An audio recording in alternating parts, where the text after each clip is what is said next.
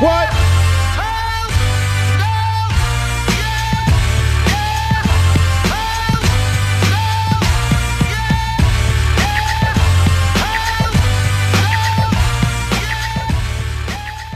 Coach, it's our second to last show here at Bam Bam, so we're getting toward the end. Just a one-game week for you guys last week, but a great week. Yeah, it was a really good night. Thursday night, we had a lot of emotion starting from the very beginning with the ceremony before the game with our senior night, and I really just want to thank the fans for coming. They were there early, and I think that the applause and ovation and just the enthusiasm for the hard work of those four seniors, I think, was really evident by the appreciation from the fans, and so we went from that emotion there to where we've done something that maybe we haven't done in 10 years since I've been the head coach.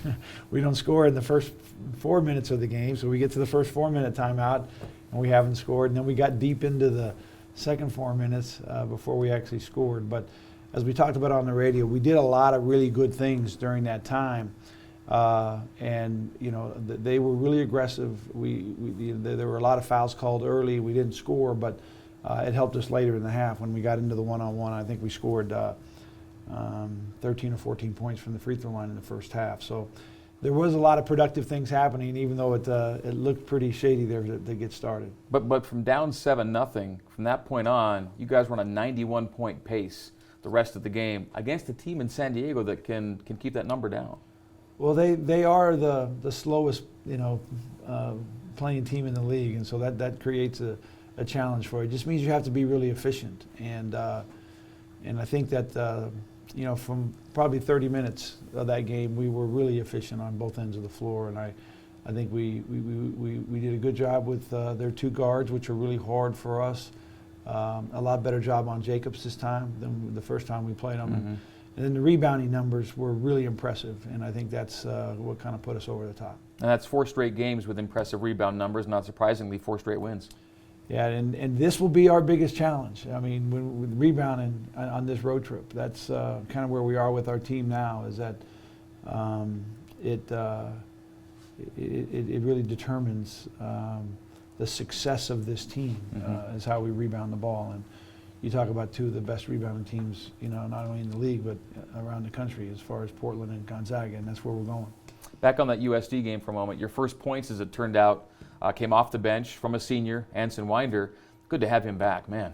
He played great, and not only did he give us a really good lift to get us started and get off the schneid and actually score that first point, but we started him in the second half, and I thought that you wonder how those second halves are going to start, but the game plan that they had to start the game, if they were going to use the same game plan, I thought Ants would really have an opportunity to maybe give us another spark to get started, and he came out and got us going, and I think we hit the first 5 or 7 points of the half and got a nice lead, and then we kind of played with that lead most of the second half. We talk about this, we've talked about it already, but how each of the seniors you honored tonight have been contributors to you at this time of year, which makes that night kind of special too. Yeah, and I'm just happy for these guys that they're all involved in the success of this last couple of weeks of the run that we're having, and that night could feel really genuine to them. I think that you have a different relationship with every player, but the one thing that's common between all the seniors is that for me is I just really appreciate their hard work and their dedication and the time that they've sacrificed for the good of our program. And I've known Marty forever, and Marty and Tiff, when they came out, that's a difficult time, but I look forward to coaching their next son, and TJ, when he gets home off his mission. But Chuck Winder, Anson's dad, Chuck and I played together as freshmen at Dixie College years and years ago, and Chuck and I have had a pretty good relationship over the years, and in the 5 years that he's let us kind of have Ants, and those are pretty special times, and I'm glad that we were able to have all the seniors involved and then be able to win the game. It makes it for a good night.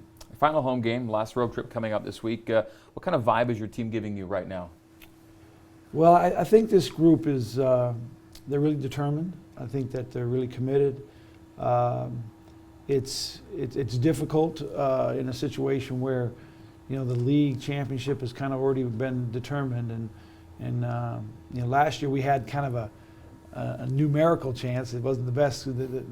Gonzaga needed to go on the road and lose at Pacific and lose at St. Mary's, and we needed to win ours. But we won ours and they won theirs, and so we got shut out of a league championship there, and this got shut out pretty quick for us. And so but I really respect these guys for their approach, because they are just as determined every day in practice, and I think that this road trip is it's got a lot to play for. This Portland team beat us up there last year in a triple overtime game that was maybe as exciting as any game we've ever had.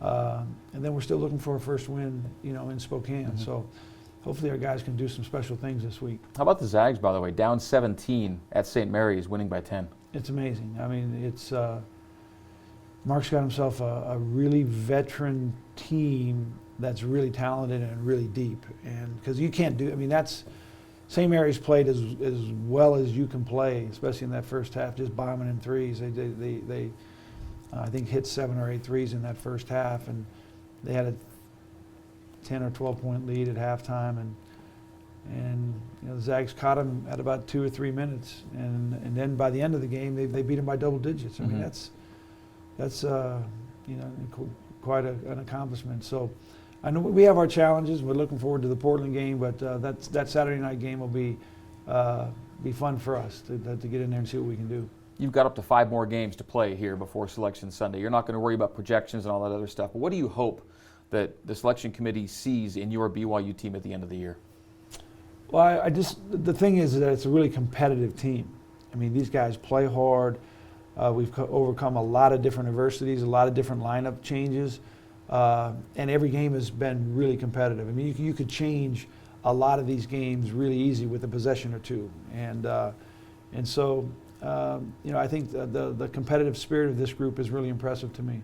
Okay, let's go to Twitter for our last few questions on this show. And we'll start, by the way, you can send them in with the hashtag Rose1on1 on Twitter. First question coming in from Douglas Brunette. It's going to lead us into this road trip here. What are the keys to victory in Portland? I think the biggest key is rebounds. And, they're a really big team. It's a very good offensive team.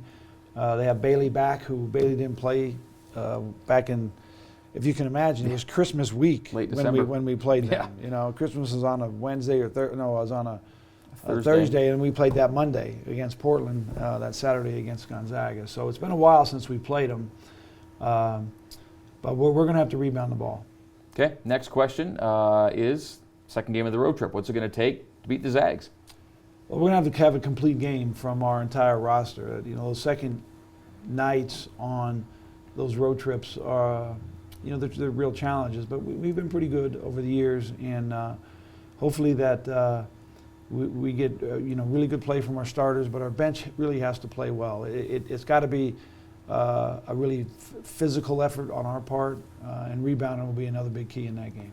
Okay, Bill Wright asks, you've mentioned fresh legs describing the play of some guys. How do you balance fresh legs with ability when deciding who plays?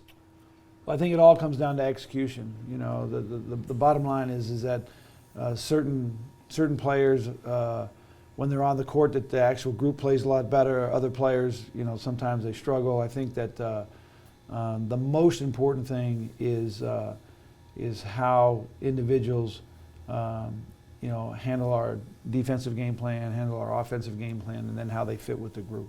Okay. Jess asks, what is your favorite sports movie? My favorite sports movie? I'm probably, and it's crazy because they're probably football movies. I like Rudy and Remember the Titans. Those are big shows. But how about Hoosiers, by the way, for a basketball movie? I like Hoosiers, but Hoosiers always seems a little bit corny to me. Maybe that's because I know a lot about basketball. I don't know that much about football.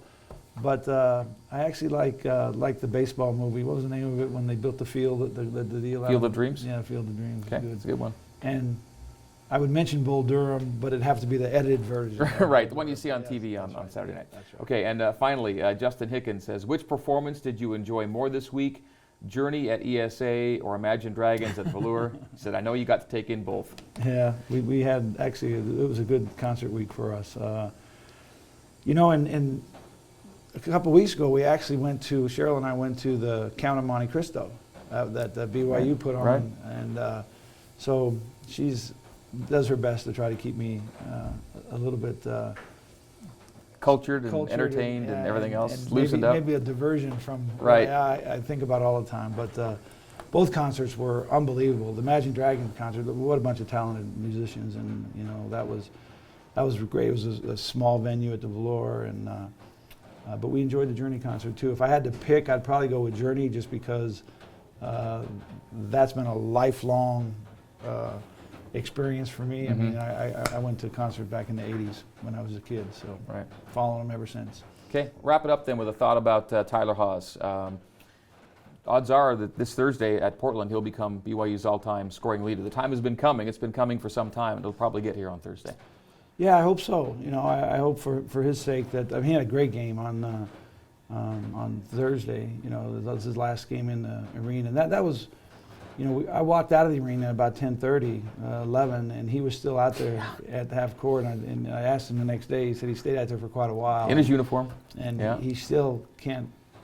The next day in practice, man, I still can't believe that we're done playing in here. And but he's had a special career, and you know the responsibilities he's had on some of these teams to actually carry that group. And the success that he's has been, it's just been amazing, and we'll see how he does. Yep. I mean, I think that he doesn't play, you know, to set records. He plays to score points, though. I promise you that. Right. Well, good luck to him and you guys, of course, this weekend on the road. We'll be back here to wrap up the season next week. All right, thanks a lot, Greg.